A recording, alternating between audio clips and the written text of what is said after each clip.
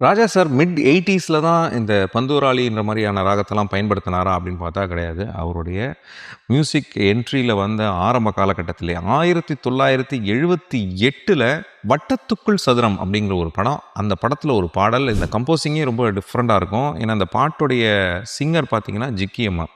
அவங்களுடைய வாய்ஸில் ஒரு பாட்டு, அது வந்து ஒரு ரொமான்டிக்காகவும் இருக்கும், அதே நேரத்தில் அது வந்து ஒரு மாதிரி ஹாண்டிங்காகவும் இருக்கும், ஒரு ஏக்கமாகவும் இருக்கும் அந்த பாடல். ஸோ இது மாதிரியான ஒரு மிக்ஸ்டான ஃபீலில் வரக்கூடிய அந்த பாட்டு, காதல் என்னும் காவியம் இந்த ஃபீல்டில் போயிட்டே இருக்கும்.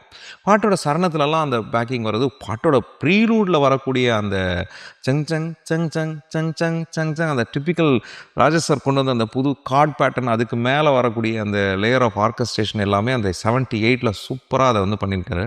ஆனால் இந்த இன்டர்லூட் பார்த்தீங்கன்னா, அந்த கதையில் அங்கே ஏதோ சீரியஸாக ஏதோ ஒரு சம்பவம், ஒரு பிளானிங் நடக்குது.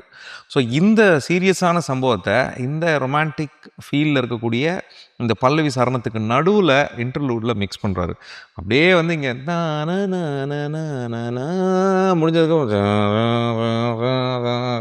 அப்படின்னு சீரியஸான ஃபீலுக்கு போயிட்டு திருப்பி அப்படியே ரொமான்டிக்கான ஃபீல் வருது. ரொம்ப இன்ட்ரெஸ்டிங்கான ஒரு கம்போசிஷன். ஒரு 2-3 தடவை கேட்டால் இதில் இருக்கக்கூடிய நிறைய நுணுக்கங்கள் தெரியும். பந்தூராளி ராகத்தில் இந்த பாடலை நம்ம கேட்டு ரசிப்போம். காதல் என்னும் காவியம்